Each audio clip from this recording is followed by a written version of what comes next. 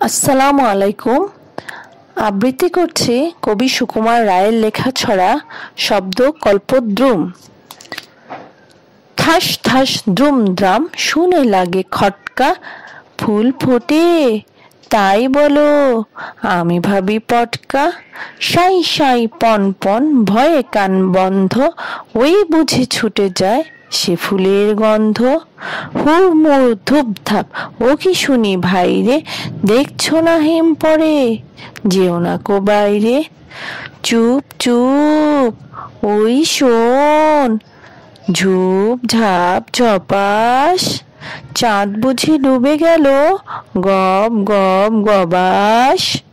খ্যাস খ্যাস ঘ্যাচ ঘ্যাচ রাত কাটে ওই রে, দৌড়দার চোরমার ঘুম ভাঙে কই রে। ঘর ঘর ভন ভন ঘোরে কত চিন্তা, কত মন নাচে শোন ধেই ধেই ধিনতা। ঠুং ঠাং ঢং ঢং কত ব্যথা বাজে রে, ফট ফট বুক ফাটে তাই মাঝে মাঝে রে। হই হই মার মার বাপ বাপ চিৎকার, মাল কোচা মারে বুঝি সরে পড়ে এইবার। ধন্যবাদ।